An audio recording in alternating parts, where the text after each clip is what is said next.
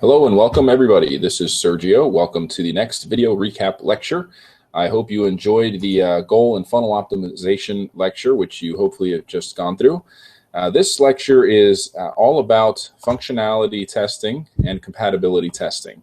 Now that you have your goal tracking set up and your strategy somewhat mapped out, it's time to really take a look at your site, make sure it's ready before marketing, before we can even start building campaigns or anything like that. What I mean by that is ensuring that it is responsive to the users and the devices that they use. Something that's going to adapt to the screen size, whether it's an iPhone, a tablet, or even a television screen. You want to make sure that no matter how big or small or what the device is, that your website is displaying correctly and, of course, functioning correctly. So that's what I mean by compatibility and functionality testing. We're also going to include making sure that it works across all browser types. So just because it works on Internet Explorer doesn't mean it's going to work on Firefox or Google Chrome the same way. So really there aren't too many shortcuts here in terms of how to make sure it's working other than testing them out and using as many devices as you can. There are some online tools, but not all of them are reliable. Some you have to pay for, and who knows if they're safe or not. They're really not that, coveted or highly sought after, so there's not really too many big name softwares out there that I can really recommend. I did find one tester for mobile responsiveness, which will tell you if it's laying out correctly depending on the screen size.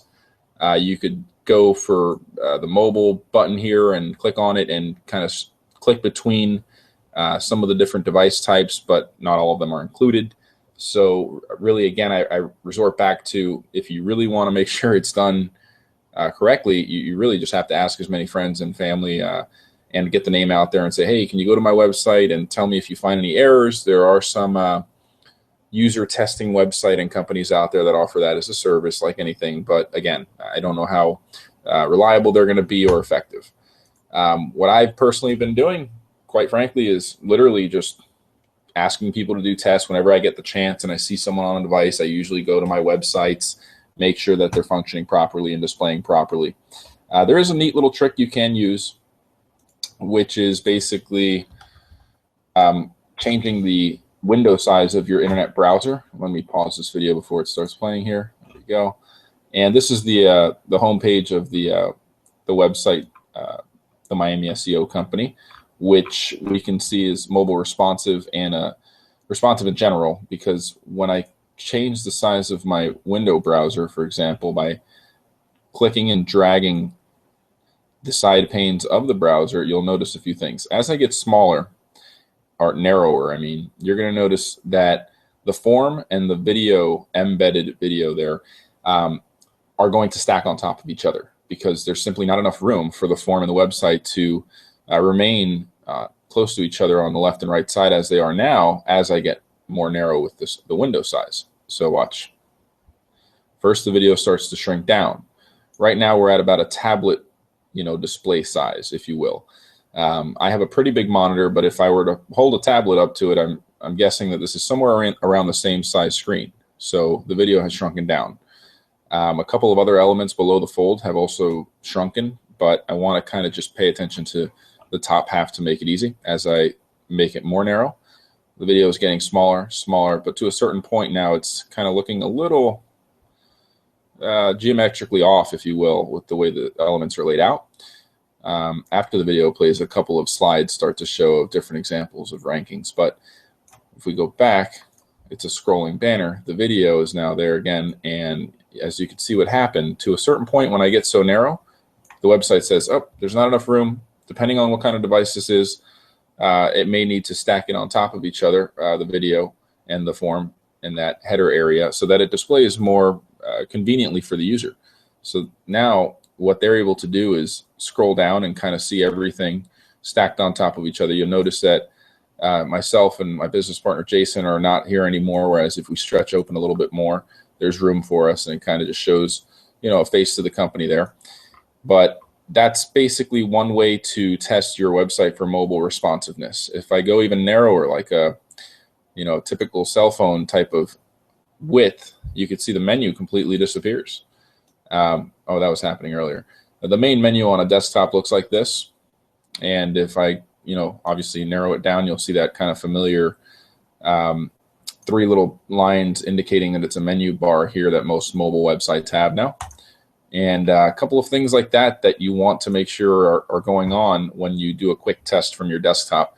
This will help you knock out a lot of the legwork in terms of being able to see if it's mobile and device responsive. But there are other things that you definitely have to check, which, we talked about, are the internet browser compatibility, which is basically another form of compatibility testing. The major web browsers are obviously Internet Explorer, Mozilla, and Google Chrome. Mozilla is Firefox. There are some other ones out there, but those are the 3 that you really want to go through your site with, and not just do what I did here, which is a very simple test. This is just the home page.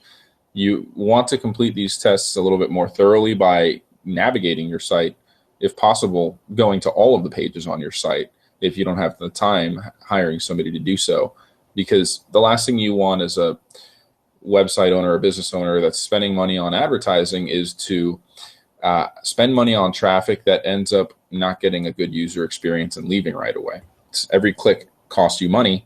You want to do everything in your power to ensure that you get the most out of your website traffic so that they convert into paying customers and not just visitors who leave your site and don't act on something. So we talked about browser compatibility now and device responsiveness. The last thing I want to talk about is functionality testing, which kind of ties into both the mobile and device responsiveness, as well as compatibility testing as well. When you go to your sites, you don't just want to make sure everything looks and visually is organized in the right way. You want to go through your site's functionalities, such as submitting a contact us form, going through this on the many different devices, filling out the form with a test name, email, phone number, and message, and hitting submit, making sure the webmaster, who maybe is yourself or somebody in charge of receiving the inquiries from the website, making sure that person is receiving the emails. I've seen many things that are almost inexplainable when it comes to managing a website. As a webmaster and working closely with a lot of webmasters, I've seen the most bizarre things, from people who use certain device types not being able to check out on an e-commerce store, which is very frustrating. As a e-commerce business owner, that's the last thing you want, is to spend a ton of money on advertising and marketing just to have someone not be able to buy a product that you're selling on your site because of the specific type of mobile device they're using and the fact that your website is not functioning correctly. There are things like not having an up-to-date Magento core if you use a certain management system like Magento and not being up to date with the latest versions. That can cause things to go haywire like that. So it's really important to make sure you're testing your site for functionality, responsiveness, and compatibility across devices and browsers. I can't stress how important that is and how valuable it is to have that take place as a proactive measure to ensure your marketing experience all around is performing the way it should be. So I know this is going to be a short video and kind of self-explanatory, but wanted to provide a video recap to kind of show you that tool, quirktools.com/screenfly, which is pretty neat if you want to get, software to show you different popular device types and how they act. Keep in mind, you have to hit this button here to allow scrolling. I didn't realize that at first. As a default, it's disabled. I don't know why, but they have it disabled. If you want to be able to scroll through your site, make sure you click the allow scrolling button. All right, thanks for watching, everybody. Until next time.